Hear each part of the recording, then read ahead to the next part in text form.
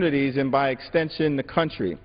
And so before I yield to the distinguished gentleman from New Jersey, I believe that Representative Horsford had an observation or two to make in the area of the need to invest in STEM education. Thank you, Representative Jeffries, and you provided the clear nexus. And while the Congressional Black Caucus, working with our colleagues from the Hispanic Caucus and the Asian Pacific Islander Caucus, support comprehensive immigration reform, including provisions that allow the best and the brightest from around the country to immigrate to the United States and to contribute to making our country great. We also believe that there should be investment here in the United States to educate those of us here for these careers in the 21st century. Colleges and universities in our country will produce 3 million STEM majors in the next 10 years. Still, according to a 2012 report by the President's Council of Advisors on Science and Technology, our economy will demand more students graduating with STEM degrees than we are currently providing. So what can we do? We need to increase funding in STEM education and follow the lead of many of our historically black colleges and universities and Hispanic serving institutions, which are producing a greater share of students with STEM degrees. Among HBCUs, currently, they produce about 19% of all STEM bachelor degrees, 38% of which are in the biological sciences, 31% in math, 35% in computer science, 34% in the physical sciences, and 22% in engineering. Now, the Obama administration has requested more investment for STEM teachers and additional funds to expand effective models of teacher preparation to help train 10,000 STEM educators per year. That's what the President's budget proposes. Those are the same priorities. They are the right priorities, and they're the priorities that the Congressional Black Caucus agrees need to be supported by this Congress. We need to invest in teachers that will train students for jobs in the 21st century. But let me be clear. You can't expect students to graduate with degrees in science, mathematics, engineering, and technology if we're not doing more to invest in pre-K and to help students start with a strong foundation. And that's why the President has a historic level of investment in his budget for early childhood education and pre-K. We enroll most kids in this country at 5 or 6 years old. We should be starting them earlier. 50 years of research tells us that critical development and learning happens before the age of 5. When schooling starts at kindergarten or first grade, it denies these young people chances to make the most of this critical period. Fundamentally reforming our education system begins with high-quality pre-kindergarten programs. In my opinion, pre-kindergarten is an antidote for the achievement gap. In cases where our kindergarten teachers are getting kids they've had in some cases 2 years of early education, they're seeing that the achievement gap has stopped or been narrowed. That's why we need to invest in programs like Head Start so that we don't have to play catch-up later or deny these young, bright minds the opportunities to go into the fields of the 21st century. So, Mr. Speaker, this is an and also strategy, not an either-or. We believe that we can invest in both early childhood education, K-12 education, and higher education, not cut, slash, or deny these opportunities to America's children. These are our priorities, and it's what we'll continue to fight for all of America's children. I yield back my time. Well, thank you, Representative Horsford. And as was noted earlier, the CBC believes that there are children all across America and many inner-city communities, certainly in the neighborhoods that I represent back home in Brooklyn and places like Bedford-Stuyvesant and East New York and parts of Coney Island, where the public school system has failed them for decades, generation after generation after generation, subjected to a broken public school system from a very early point all the way through high school. And unless we invest in turning these broken systems around, we are essentially at risk of dooming young people to life sentences of disadvantage and despair. That's why the CBC supports the President's proposal in his budget to invest an additional $75 billion over a 10-year period, as Representative Horsford indicated, in early childhood education, to make sure that we give every American child the opportunity to be successful by putting them on an even plane with those who get the benefit of a first-rate public or private school education. I want to yield to the distinguished gentleman from New Jersey, another dynamic member of the freshman class, Representative Donald Payne, Jr., who was a leader on education issues prior to arriving in the Congress, and he's continued to demonstrate leadership in this area and in other areas moving forward. I yield to the distinguished gentleman from New Jersey. Thank you. Mr. Speaker, I want to thank my colleagues, Congressman Horsford of Nevada, Congressman Jeffries of New York, for anchoring tonight's CBC special order on improving access to quality education. The recession, the economy, violence and gun control, the security of our nation. These are the pressing issues being debated across this great nation today. However, efforts to address the issues are being undermined by our nation's educational deficit. John F. Kennedy said that our progress as a nation can be no swifter than our progress in education. The human mind is our fundamental resource. True to this statement, our struggles that we face as a nation because of our divestment in our human mind and potential. In the past, the U.S. led the world in several categories, including college graduates and innovation. Unfortunately, there has been a rapid decline in our ranking in these areas that directly correlate to the strength of this nation. Among these things, the U.S. has dropped considerably in academic rankings compared to other developed nations. About 33% of our nation's fourth grade students are proficient readers. Nearly 7,000 students drop out of high school daily, and about a third of first-year American college students are required to take at least one remedial course.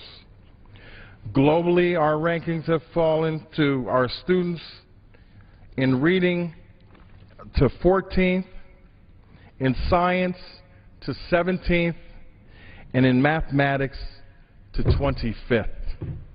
Despite these daunting statistics, the U.S. continues to lead the world in competitiveness, patents, media, mobile, and research universities. But imagine the leadership that we could hold in the world if we strengthen our investment in education. Our nation continues to be at a loss due to the untapped potential of our students, especially students of color and low income. For this particular population, the statistics are even more daunting, but the potential is greater as well. 42% of black students attend schools that are under-resourced and performing poorly. 28% of our core academic teachers at high minority schools lack the appropriate certification. Black children, especially boys, are more likely to be classified and placed in special education than their white counterparts. Black and Hispanic males constitute 80% of the youth in special education programs. Black boys are 2.5 times less likely to be enrolled in talented and gifted programs, even if their prior achievement reflects the ability to succeed. Yet despite these demoralizing facts, despite the failure of the American education system to properly educate these students, nearly 3 million college students in America are African American. And only 13% of the U.S. population, black students represent 15% of the college student population. Currently, these are beating the odds. But imagine how we could develop and succeed as a nation if we change the odds for these students and close the opportunity gap. What if we strengthened our education system and allowed all children to reach their full potential? What if we fostered an environment of innovation and leadership for this nation's outcomes in all communities equally? We have long held the solutions to address these issues, but they aren't coordinated or connected. We have the potential to reach new heights as a nation, but it requires a stronger education system as well as effective solutions and resources to change the odds for our children in the most distressed communities. I will be introducing the Promised Neighborhoods Act soon to do just that. The Promised Neighborhood Act initiative represents an unprecedented effort to work across silos and develop a comprehensive cradle-to-career pipeline for children in distressed neighborhoods to holistically address barriers to success. The Promised Neighborhoods Act would foster continued collaboration on the local level to build similar pipelines in communities across this country. The pipeline, tightly woven, comprehensive supports for children emphasized in the Promised Neighborhood Act would expect it to provide, among other things, prenatal education and support for expecting parents, a high quality of education in early childhood opportunities, including a full day and a full year kindergarten and pre-kindergarten, high quality schools that successfully leverage out-of-school time and community engagement, support for transition to elementary school between elementary school and middle school, and from middle school to high school, meaningful family engagement and capacity building, college and career readiness activities including college counseling, subsidizing employment, and opportunities in early education programs, neighborhood-based support college-age students for these neighborhood jobs. The model engages the community to collaborate and end fragmented delivery of programs to develop a pipeline for progress with demonstrated successes. This model aims to eliminate the opportunity gap for low-income children and children of color and set a new standard for education and success in this country. Though not realized, our nation holds a great deal of underdeveloped potential, and it lies within our human capital. Investing in education will strengthen our nation as a whole and position us once again to lead the world. Education is the single investment that unequivocally develops our economy and strengthens our future. And with that, I'd like to thank you, and I yield back the balance of my time. I want to thank the distinguished gentleman from New Jersey for his very astute observations. Mr. Speaker, how much time is remaining on this special order? Approximately 5 minutes. Well, thank you very much, Mr. Speaker. And again, I thank the representative from New Jersey for making it clear that all children in this country deserve the opportunity to be part of a pipeline toward progress and prosperity, even though some, unfortunately, have been subjected to circumstances that often lead to a pipeline from the schoolhouse to the jailhouse. That's not how things should be anywhere in America, and that's why we believe a robust investment in education is the right way to go in this country. And this chart, and I'm going to ask the distinguished gentleman from the Silver State for his observations, but this chart illustrates that education pays. That if you invest in education, increase the level of degree attainment, what it does, it is increase the capacity for Americans to earn a better living. And so, for example, for Americans who have less than a high school diploma, their average weekly earning is $451. But someone with a high school diploma earns on average $638 per week. And then someone with a bachelor's degree earns on average $1,053 per week. And if you give an American an advanced degree, their average earnings per week increase to an excess of $1,600. Investing in education pays for the American people. I yield to my distinguished colleague from Nevada. Thank you. And just to elaborate further on this point, you know, education attainment is an economic imperative. It's not only the investment in the individual that proves great dividends and a return on investment, but the failure to invest based on the bottom line in red, for someone with less than a high school diploma, the likelihood of them being unemployed, 14%. For those with a high school diploma who are unemployed, 9.4%. If you have a bachelor's degree, the unemployment rate drops in half to 4.9%. And if you have a professional degree, those with professional degrees, the unemployment rate is 2.4%. So the correlation is clear that with education attainment comes economic prosperity, opportunity, and a return on investment that is good for that individual, their ability to provide for themselves and their family, and for our entire country. And so, Mr. Speaker, when we talk about investment, we're not talking about investments in programs or systems. We're talking about investments in people. When we talk about Head Start, we're talking about 3- and 4-year-old children. When we talk about Title I funding, we're talking about schools and children that are identified as having low-income needs and the disadvantaged. When we talk about funding for IDEA, Individuals with Disabilities Education Act, we're talking about individuals. And the more that we can invest in the individuals in America, the greater return we will have in the productivity of that individual, their family, the community they live in, and that will make for a stronger America for all of us. And that is what we are aspiring to accomplish in this 113th Congress.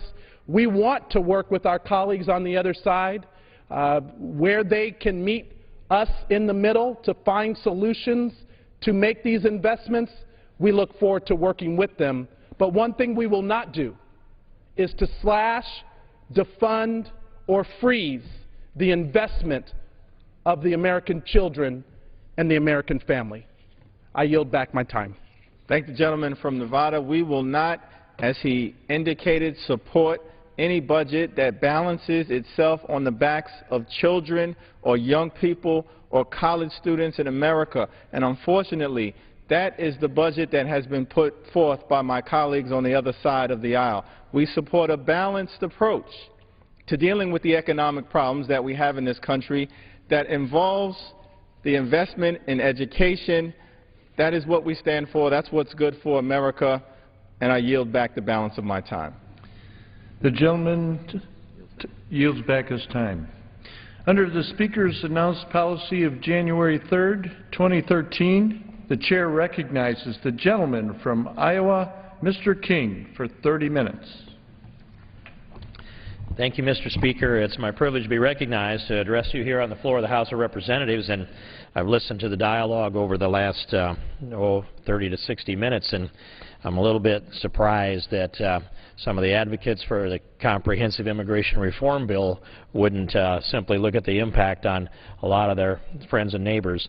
And we see the highest unemployment in the African-American community. That's the direct competition that comes in if they grant amnesty in the Senate side.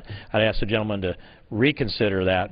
The best thing that would be more jobs for people that are here that are Americans. And I see the gentleman from Texas has arrived, and generally there is a pretty good narrative that comes forth from the gentleman from the Beaumont area. So I'll be very pleased to yield so much time as he may consume to the gentleman from Texas, Mr. Poe. I thank the gentleman from Iowa for yielding some time.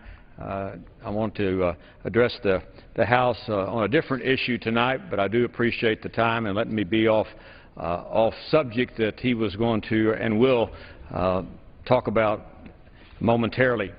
But Mr. Speaker, as you know, there are people in Boston and really around the world and in the United States especially trying to recover from the terrorist attack that took place in Boston. The Richard family laid their 8-year-old boy to rest, as did other families. As a father of 4 and a grandfather of 10, no parent or grandparent ever wants to see a child die in their youth, especially being murdered the way this young lad was. But meanwhile, in the halls of academia, Richard Falk, a professor and an official with the United Nations Human Rights Council, he blamed the terrorist attack on what he claims is American global domination and on the country of Israel, of all things.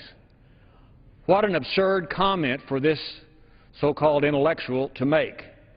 Vile comments come only 2 years after he personally was reprimanded by the United Nations for promoting fantasy-like 9/11 conspiracy theories. Mr. Speaker, why is Richard Falk still employed by the United Nations Human Rights Council? Can someone please explain why the United States also continues to be the largest funder of the United Nations, which gives radical wingbats like Falk a platform to spew their hate and anti-American rhetoric? I don't think the United States should be bankrolling the United Nations Human Rights Council. Let them find somebody else to foot the bill for this International Institute of Ingratitude. And it's time for the elitist, uninformed like Mr. Falk to go. And it's certainly time for the United States to stop funding the Human Rights Council. We don't need to pay people like Professor Falk to hate America. People like him will do it for free. And meanwhile, let's try the Boston terrorists for their crimes against America. Hold them accountable for murder. And don't try to blame America for the murder of America's children. Blame the killers. And that's just the way it is. And I appreciate the gentleman from Iowa, and I yield back to the gentleman from Iowa. I thank the gentleman from Texas for his message, and it's one that I hope, Mr. Speaker, that is well heard across America. You don't have to pay them to hate us. They do hate us for free, and they hate us for our ideology and for our success, for all of those reasons. Mr. Speaker, I came here to the floor tonight to talk about the immigration issue here in the United States Congress, primarily that's emerged in the United States Senate out of the Gang of Eight. And we know that there are some of these policies that are being worked through in meetings behind closed door in the House of Representatives. They seem to admit to those meetings, but they're not very public, and we don't know very much about what they're talking about. I just get nervous when I see bills written in secret. The Gang of Eight wrote their bill in secret and popped it out last week or so, a little more. And we began to look through 844 pages.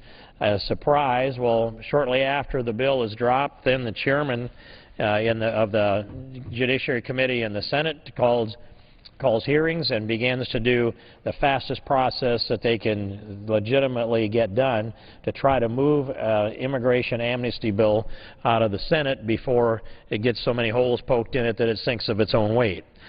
I'd take you back, Mr. Speaker, to how did we get here? what was the scenario, what's the path of immigration. And I'll go through the fast-forward version backing this up to 1986.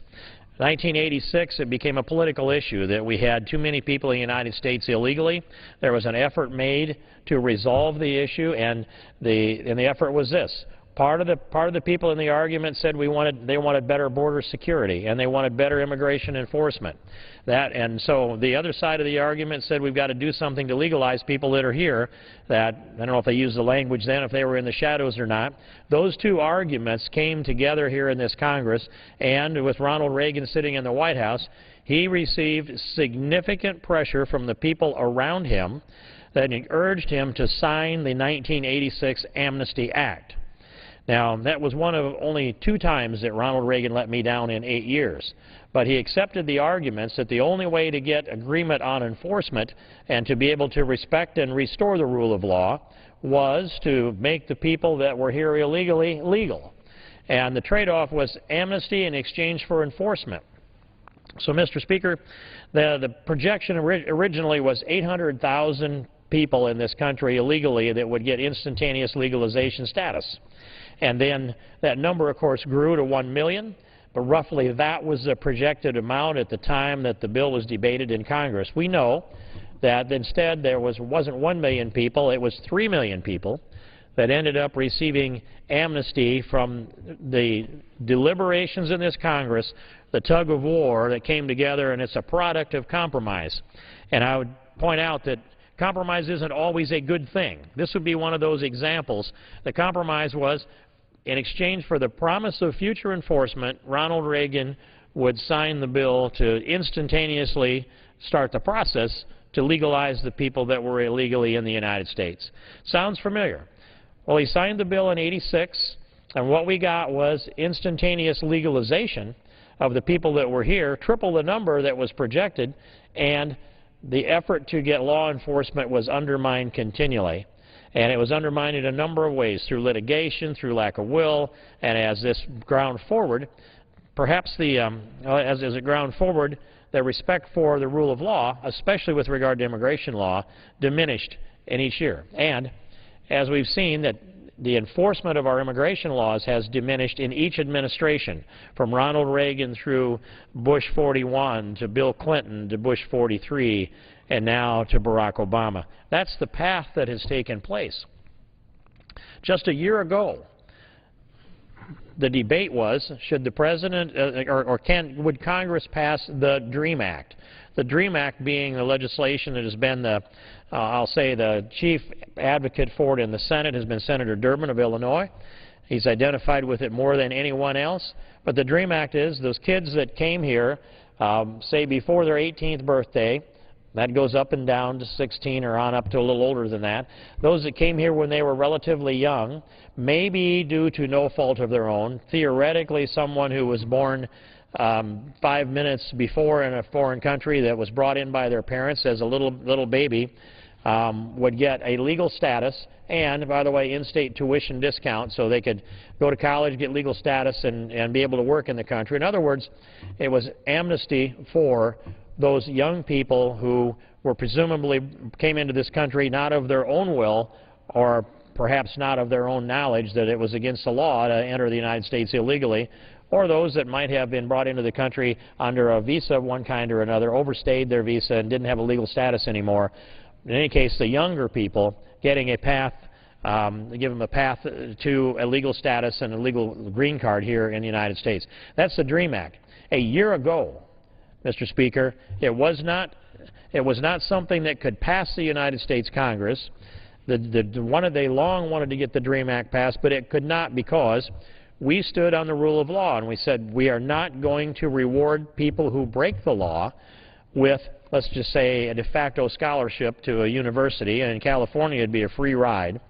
And I made the argument that how can you legalize people that are here illegally, refuse to enforce the law, the direction of the law, and the clear directive of the law, and have people sitting in a classroom in, say, California with a free ride while someone who has lost their husband or wife in battle in Iraq or Afghanistan, who finds themselves the sole breadwinner for their family, wants to go into California, I use the example, and pay out-of-state tuition, and have to pay out-of-state tuition from in a California institution who is a widower of someone who's given their life for our country. They're sitting there next to someone who's in the United States illegally that gets a free ride because they've been declared a California resident. I could never reconcile the huge inequity, the unjustness of that idea, and neither could a majority of Americans or a majority of the United States Congress. That's why the DREAM Act wasn't passed. Just a year ago, that couldn't be done. And the President said in March 28th of 2010, when he was speaking to a high school group here in the Washington, D.C. area, they asked him, why don't you just pass the DREAM Act by executive order, implement that? And the President's answer was, no, I don't have the constitutional authority to do so. That is a legislative branch activity. And he said, you're smart, you're educated, you know that the three branches of government, Congress's job is to pass the laws. My job as a president, the head of the executive branch, is to carry those laws out and see to it that they are enacted and enforced, and the judicial branch is to rule on their constitutionality, to tell us what the laws are understood to mean. That was the description that the President gave March 28, 2010. He said he didn't have the authority to implement a DREAM Act by executive authority. Congress wouldn't pass it. A year ago, the President said he couldn't do such a thing constitutionally, March 28, 2010, and here we've come so far that in June or July, and I don't have those dates in front of me nor committed to memory, Mr. Speaker, the President went back on his own advice, word, oath of office in council when they issued an executive memorandum, and he held a press conference at the White House within a couple hours of the executive memorandum and said, we're going to legalize all of these people that are here within these age groups that fit the definition of the DREAM Act. An executive edict, not exactly an executive order because it was only a memorandum between Department of Homeland Security that they put out, and that they would follow this guideline. They created 4 classes of people that were defined by age and by status, but 4 separate classes of people created in this memorandum, and the President manufactured a work permit out of thin air, Mr. Speaker. Just simply made it up. All of the visas that exist in law, of course, are a product of Congress, and it's our exclusive authority to define immigration law. It's the President's job to enforce the laws that are on the books. Now, the previous President had the opportunity to veto immigration law. It's all signed into law. It is the law of the land. The Constitution is the supreme law of the land. The President violated the Constitution and his own definition of congressional, executive, and judicial authority when he issued this executive memorandum that granted this legal status under the DREAM Act principles. That happened, say, June or July of last year. Now we've come a quantum leap. As we go forward, we put together, had a meeting shortly after that, and organized the effort to take the President to court on that issue. You cannot have a President that's going to legislate by executive edict, but he did do that, and that case, Mr. Speaker, was worked its way through the courts, and I'm here to announce into the congressional record the results. The name of the case is Crane versus Napolitano. This references the lead plaintiff is Christopher Crane, who is the president of the ICE union, the Immigration Customs Enforcement Union. He has been a stellar individual on this. He stood boldly and strongly, and he's taken the threats and the buffeting that comes from all sides of this argument. He's testified before Congress. He has stood at a press conference and asked to be recognized to ask questions of senators over on the Senate side, and he has been flawlessly walked his way down through this thing by standing for the rule of law and for the Constitution and his own oath to uphold the law, as we have taken that oath here in this Congress to uphold the Constitution. This decision that came down yesterday from a federal district court in Houston in the case of Crane versus Napolitano is there were 10 points that were made in this litigation, Mr. Speaker.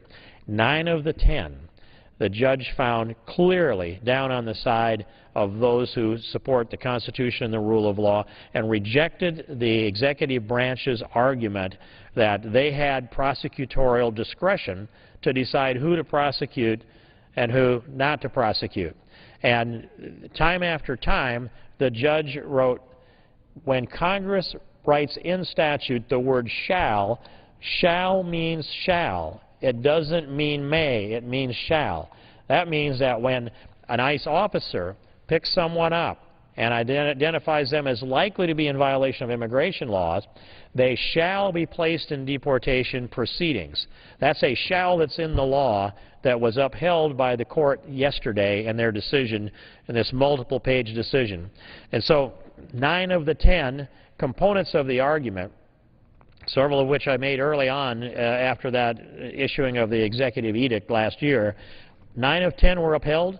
The 10th argument was one that the President sent it back to the executive branch and said, your argument is so illogical and baseless and convoluted and tied to footnotes that I go back and rewrite your argument. But the implication of the tone of that is, once that's rewritten, he's probably going to find, I guess I don't want to put words in a judge's mouth. I'm optimistic about how that final component of the ruling will be. In any case, it's almost a 100% resounding decision that says Barack Obama and his appointees cannot write immigration law out of thin air. They can't do so by executive memorandum. They cannot do so by edict. They cannot do so by executive order. Congress writes immigration laws, Mr. Speaker, and the President's job is to take care that those laws be faithfully executed. He has not done that. He's defied his own oath of office. The federal court has ruled on the side of Article I legislative branch of Congress. And we will see the impact of this decision. I think, Mr. Speaker, that now it's time for the Gang of Eight to reassess as a result of this lawsuit. It's time for the open borders advocates in this Congress to reassess as a result of this lawsuit. They had concluded, the people on my side of the aisle, Mr. Speaker, appear to have concluded that Republicans didn't win the elections they anticipated winning last November. And on the morning after the election, we had some of our otherwise wise folks on our side of the aisle concluded that Mitt Romney would have been president-elect if he just hadn't said 2 words, self-deport. And so now there has to be an effort to try to, let's say, start the conversation with select groups of people across the country that would require that amnesty be passed to, quote, start the conversation, close quote. Well, Mr. Speaker, I'd urge all of those to reassess the situation and think about this. They were seeking to conform to the President's edict on his DREAM Act light. They were seeking to adjust U.S. law under the premise that the President refused to enforce existing law, and the only way that we could get law enforcement would be to conform to the President's wishes and rewrite the law and conform it to the President's political agenda. Well, I thought from the beginning it was a ludicrous position to take, to accept an idea that the President can first write law by executive edict, and second, Congress has to conform. Now, I've seen it happen and participated in it in this Congress, Mr. Speaker, when we have a piece of legislation and it finds its way over to the Supreme Court, and the Supreme Court comes down with a ruling, and then Congress takes a look at the language of that Supreme Court's ruling, and we will bring a piece of legislation to conform with a directive from the Supreme Court. I think that's an appropriate thing for us to do, provided we agree with the Supreme Court's decision and its clear, logical legal analysis. And when we have done that, I've agreed. An example would be the language on partial birth abortion that banned it. The first time it went to the Supreme Court ruled that the definition of partial birth abortion was too vague. And so we went back and fine-tuned that language, passed it out of the Judiciary Committee, passed it out of the House and Senate. President Bush signed it, and it was upheld when it found its way back again before the Supreme Court. That's okay. It's an appropriate and proper thing for this Congress to do, to conform our legislation to a Supreme Court decision when it's a proper one. But when the President defies the law and the policy established by the United States Congress and makes up his own as he goes along by executive edict and press conference. And for Congress to accept the idea that the President of the United States directs us, either implied or literally, to conform the law to the President's wishes, I would remind all of those people that happen to think that, Mr. Speaker, that we each have our own franchise. Our oath is to uphold the Constitution. It's not to conform to the President's whims or wishes, and it's to represent the best decisions for this country and to represent the people in the districts that we represent. And we owe them our best judgment and our best effort. But we don't owe anybody an obligation to conform to the President's wishes, will, or whim. That has to only conform with our best judgment, individual best judgment, collectively measured here in this Congress, House and Senate. So I think that a Congress that would be willing to give up its legislative authority and let that power go over to the executive branch by conforming the idea of amnesty that the President has brought forward in his edict, I think that the Founding Fathers did not imagine that each branch of government would be so willing, or this branch of government would be so willing to give up its power. Our Founding Fathers imagined that each branch of government would jealously guard the power that's granted it within the Constitution and the three separate branches of government. They expected that Congress would assert its authority in competition with and in a static tension with the President and with the courts. And the courts, by the way, were designed to be the weakest of the three branches of government. That's a longer discussion. Gang 8, though, brought their bill out. And what is it, Mr. Speaker? It is this. It's amnesty first. It instantaneously legalizes everybody that's in the country illegally, with a few tiny little exceptions, and that's if we run across them randomly and they happen to have committed a felony or 3 misdemeanors.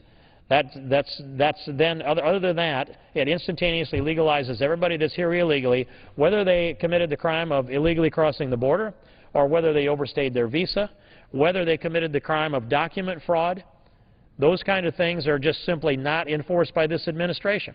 They are treating immigration law as if it's a secondary crime. An example of that would be if you've got states that say that you can't pull somebody over for not wearing their seatbelt, but if they're speeding and it happens to be they're not wearing their seatbelt, you can write the ticket for that. That's kind of the equivalent of what's going on here. The President essentially issued this edict that if somebody is guilty of a felony and they're unlawfully in the United States, then we would go ahead and deport them.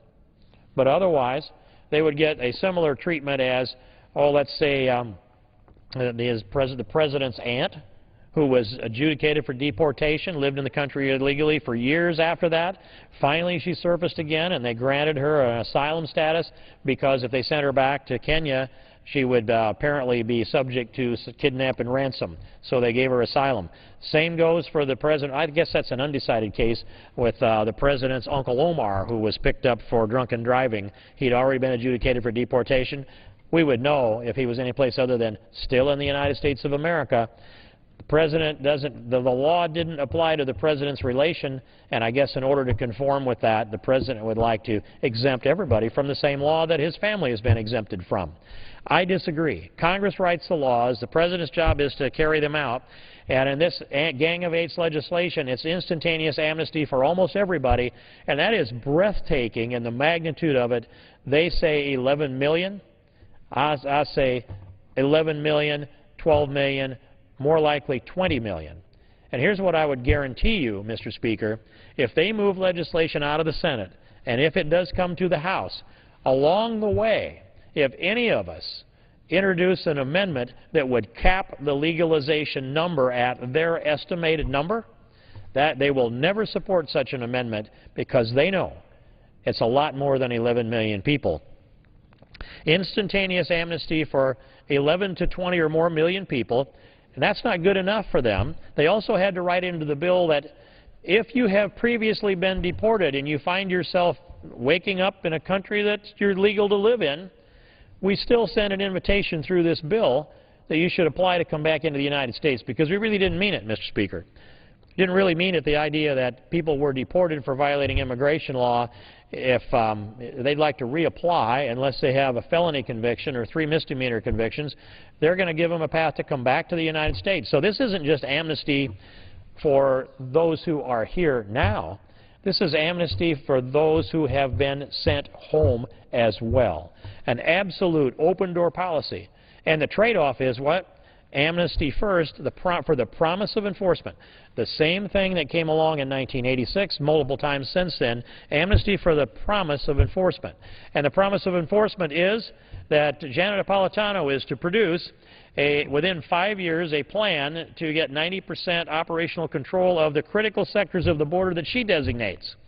And that 90% of those that we see, of course, because you can't count those that you can't see. So they want to be able to catch 90% of those that you can see, and we don't know if they're going to turn their eyes the other way, but here's what I know. We are never going to see the enforcement side of this. It's amnesty first, a promise of enforcement second. That has never worked. If they were serious, they would go to work and secure the border, shut off the jobs magnet, restore the respect for the rule of law. We would know in this country if there is respect for the rule of law restored. And at that point, I'm ready to sit down and talk. I'm ready to have that conversation. But absent the reestablishment of the rule of law, and that means border control, serious border control, we've got the resources to do it, Mr. Speaker. It's not that we don't have. We're spending over $6 million a mile on the southern border. You can build a 4-lane interstate across Iowa cornfields for $4 million a mile. You can buy the right-of-way, you can engineer it, design it, do the archaeological, environmental, you can grade it, you can put the drainage in, you can pave it, you can paint it, you can shoulder it, you can seed it, and you can put fences on it. All of that for $4 million a mile through Iowa cornfields. You cannot convince me that we couldn't take about a third of that $6 million a mile and in a few years build the finest, most sophisticated barrier along our southern border. And we can take some lessons from the Israelis, for example, that get a 99.9% efficiency rate in their border barrier. They do that because their lives depend on it. So do ours in a lot of ways, Mr. Speaker. It's not that hard to build infrastructure and add to that infrastructure the sensory devices so that we can actually get the warning signals when people do get across such a barrier. We can do all of that. We can do it with the resources that we have. We can do it well up into the 90-some percentile of efficiency with the money that we have, and we can shut off the jobs magnet. All we need to do is pass the new IDEA Act. IDEA, the Illegal Deduction Elimination Act. It clarifies that wages and benefits paid to illegals are not tax deductible. It lets the IRS come in, and under their normal auditing process, they would run the employees through E-Verify.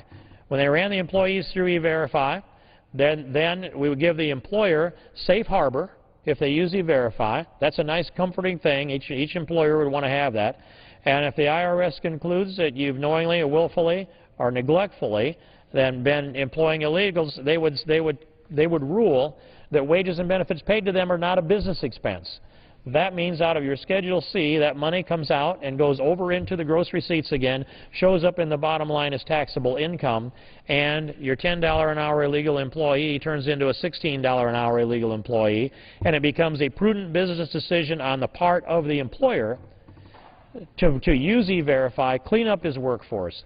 So there's two simple things, Mr. Speaker. We can provide that border security with the resources that we have by adding infrastructure, adding and utilizing technology in addition to. And I have not said 2,000 miles of border fence, a fence, a wall, and a fence. We just build it according to the directives of the Secure Fence Act and keep building it till they stop going around the end, shut off the jobs magnet, restore the rule of law. Then let's have a conversation, Mr. Speaker. But until then, I'm going to stand on defending the rule of law. I appreciate it, Mr. Speaker, and I would yield back the balance of my time. The gentleman yields back. Under the Speaker's announced policy of January 3rd, 2013, the Chair recognizes the gentleman from Indiana, Mr. Rokita, for 30 minutes.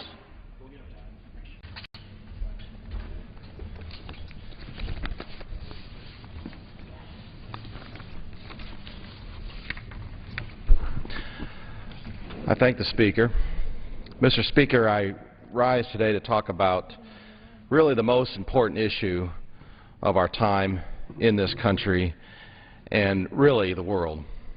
With nearly $17 trillion in debt and $100 trillion of debt in unfunded promises to our children and grandchildren that they stand to inherit if we fail to act.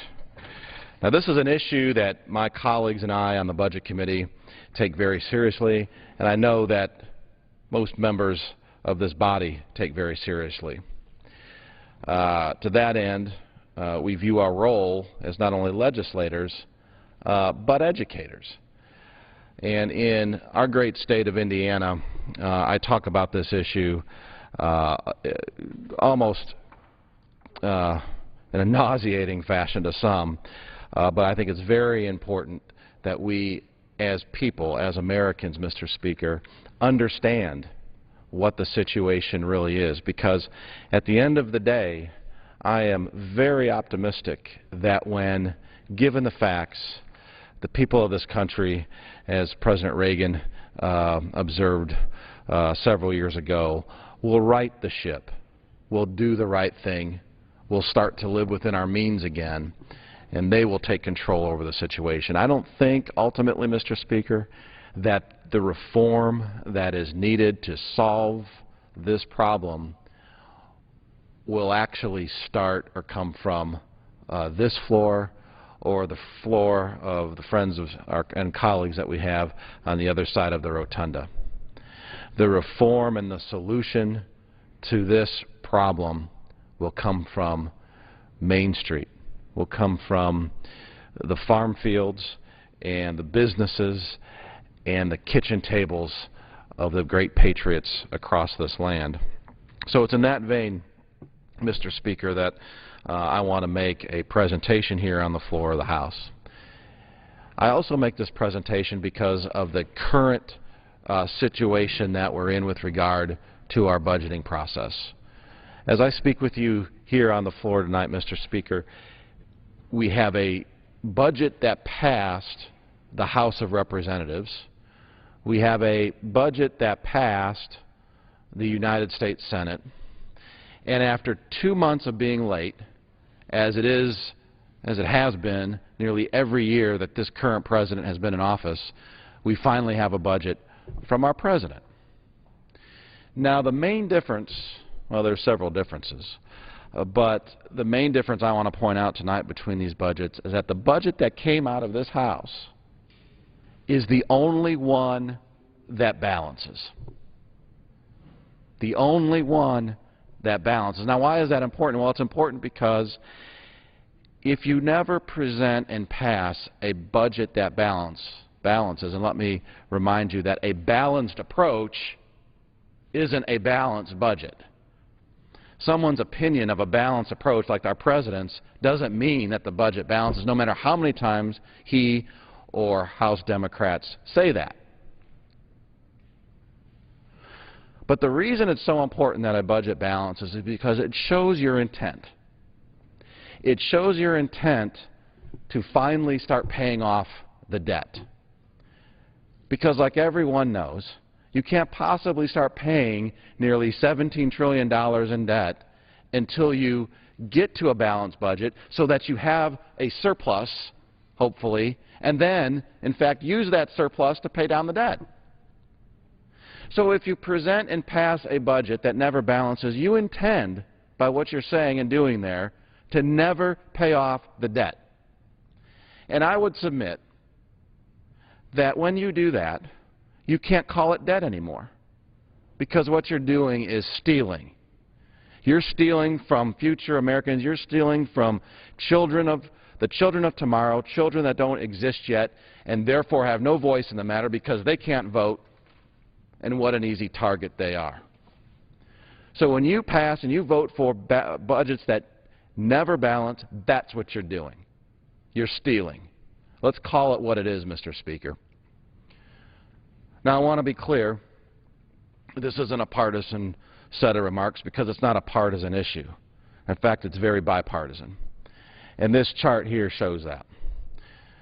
Going from beyond Kennedy, but I've just started tracking from President Kennedy on, every one of our presidents who represented both parties since the 1960s have accrued increasing levels of debt.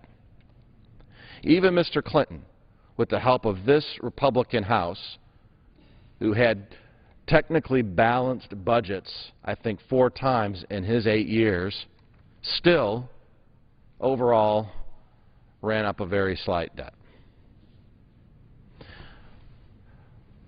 Our debt problems did not start on January 20th, 2009 with the inauguration of President Obama. I want to be clear. But as this chart also shows, our debt problems have been increasingly and drastically exacerbated since that time. And we need to get this under control.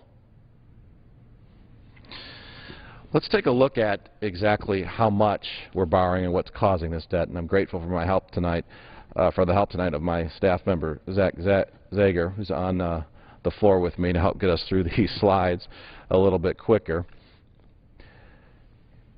We are borrowing 31 cents of every dollar the federal government is spending. Now, I'll admit to you, Mr. Speaker, that's actually improved. When I started making this presentation about 1.5 years ago, 2 years ago, we were borrowing 42 cents of every dollar we spend.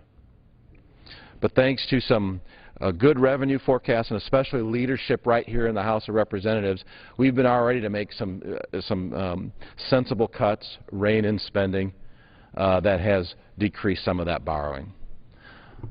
But again, until we stop borrowing, we cannot begin to start paying down this debt. 31 cents of every dollar, Mr. Speaker. Now, let's also be honest. We've been in debt before as a country. And the question then arises, why should we worry so much now? Well, we should worry now, and let me explain why by going back to the last time that this country was in this kind of debt, when our debt level, if you include the Social Security Trust Fund, reached nearly and over 100% of gross domestic product. And that time was right at the time of the end of World War II. So what makes our situation so different now than the last time we were in so much debt? Well, number one, the cause of our debt back at the end of World War II is much different than now. The cause of our debt back then was, in fact, the war. And it was a one-time event. I mean, one way or another, even back then, we knew it was going to end. If it ended well for us, if we won, which we did, we would have, as we did, a good economy coming out of that war. We would become creditor to the world, and we would begin paying down that debt. And in fact, that's exactly what happened. The drivers of our debt today have if we lost World War II, well, I guess it wouldn't really matter how much debt we had, because we'd all be speaking perhaps a different language. This country may not even exist. The drivers of our debt today, however, have absolutely no intention of ending as they currently stand. And I'll get to that in a little bit. The drivers of our debt today are the social entitlement programs and the interest that we continually owe ourselves and other countries. The second difference between the last time that we had this level of debt and now is who we owe this debt to. I mean, back then, during World War II, we owed the debt to ourselves, nearly 100%. Remember the war bond posters, Mr. Speaker? Remember when Americans stood up, bought those bonds, and we financed World War II? Increasingly, as this chart shows, our debt is owed to other countries, the largest of which right now is China. And it's getting to the point where the debt we owe to other countries is nearly half our total debt. So we increasingly have creditors who by definition don't have our best interests at heart. Not like we did as individual Americans buying those war bonds. And that's a problem. It's such a problem that it's become a national security issue. And that needs to be addressed as well. Think about this, Mr. Speaker. With the interest that we pay China alone on the credit they issue to us by buying our Treasury bonds, etc., China, with that interest payment, every week can buy 3 new Joint Strike Fighters if we'd let them, if those were in production. They can finance their military operations just on the money we give them. And in this increasingly complex world, changing every day, new threats, new risks, that is a particularly vulnerable place to be. And we are doing it to ourselves because of our refusal to balance budgets and otherwise live within our means. To put more on our plates now at the expense of our national security and at the expense of the children of tomorrow, people who don't exist yet and therefore have no voice in the matter. But I got to tell you, it's hard for me, even as a Budget Committee member, to visualize what $17 trillion really looks like, really what it means. And I certainly can't understand or visualize what I said earlier about the $100 trillion that's on the way, specifically over the next 50 to 75 years, representing the promises that we've made under these social entitlement programs. That's what's coming. In fact, our country will be bankrupt, I'm sure, and we'll be off the world's reserve currency long before we reach the $100 trillion. But it's coming, and it's real. So what I like to do is take actual budget numbers and break off 8 zeros from them so that I can get them in a more manageable fashion. You know, the President has said, I've heard him a few times, reference the federal government as some kind of federal family. Well, I don't know if I'd take it that far, but let's assume, for purposes of this debt discussion, that the federal government acted like a family. Here's what our federal picture, budget picture looks like. Our annual family income, $25,000. Those are the tax receipts, the revenue that we get from the people of this country, the property, their property that we confiscate to run the federal government, some of it necessary, most of it increasingly not necessary.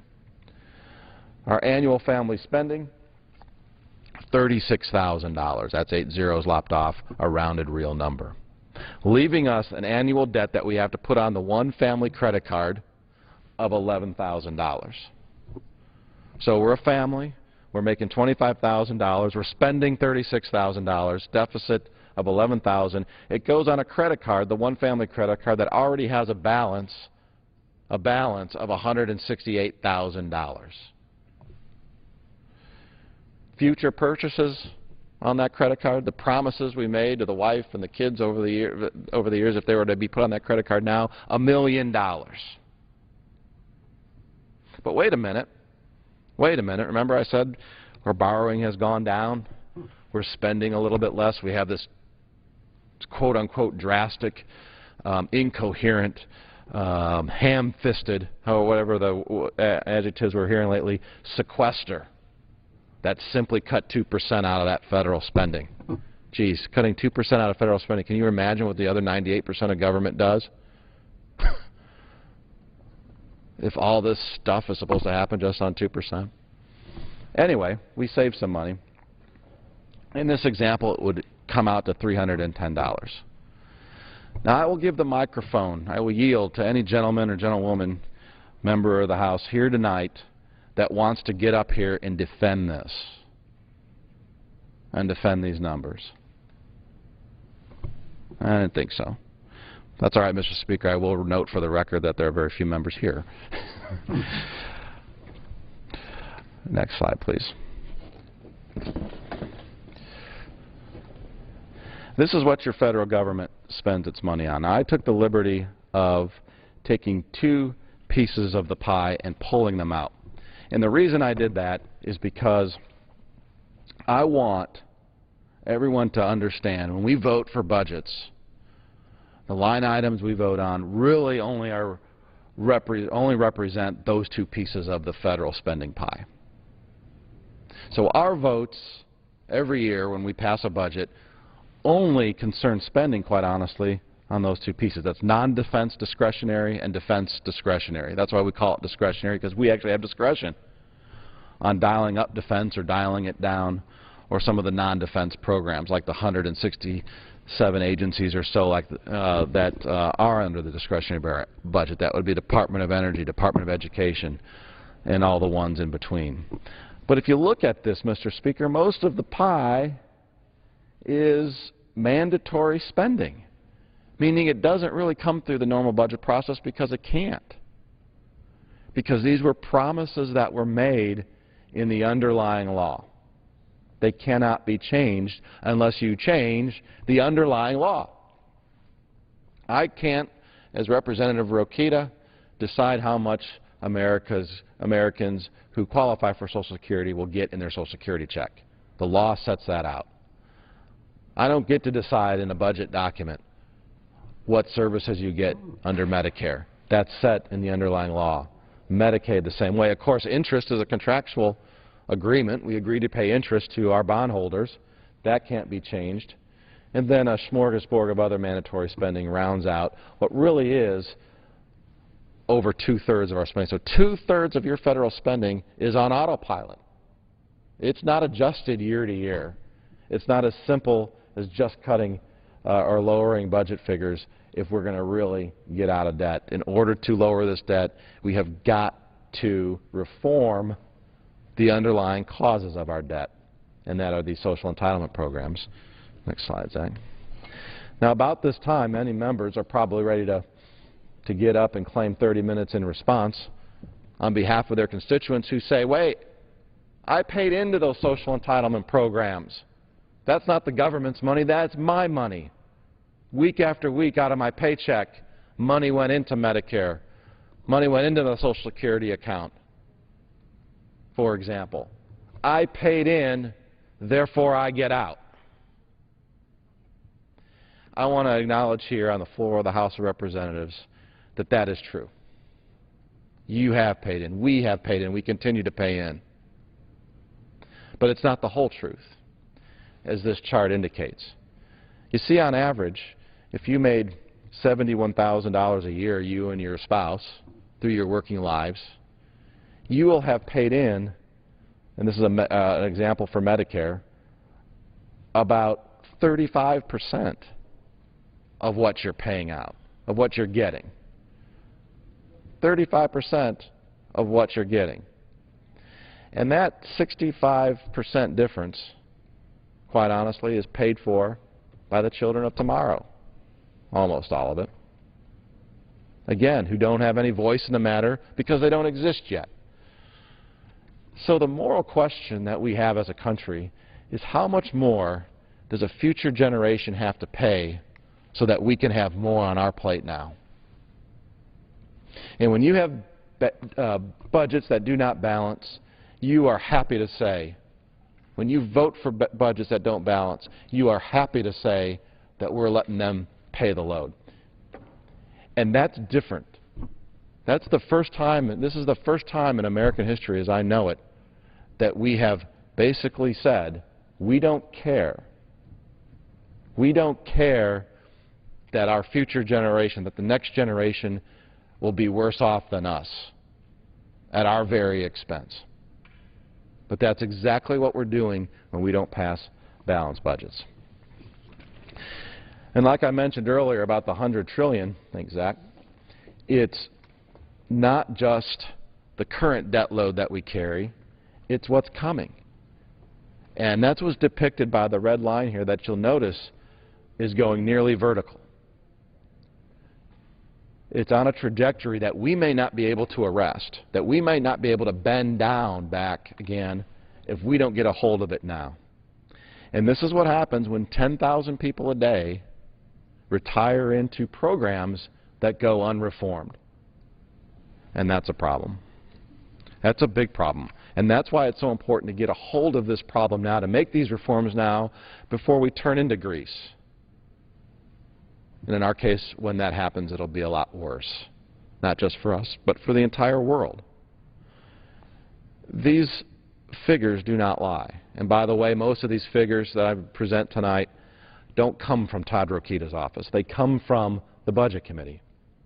The good Democratic members of the Budget Committee don't disagree with the numbers. I imagine there's disagreement, and have seen disagreement certainly on the committee about how to solve the problems that the data present.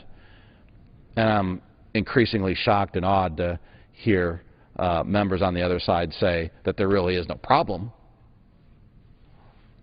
with the data, with the issues that the data present. But nonetheless, the data is the data, and the data does not lie. There's been offered some false solutions, I would say, to our problem of this debt, and I'd quickly like to dispel some of them. And I'd like a point of order asking the Speaker how many more minutes I have. Gentleman has 8 minutes remaining. Thank you, Mr. Speaker. First false solution.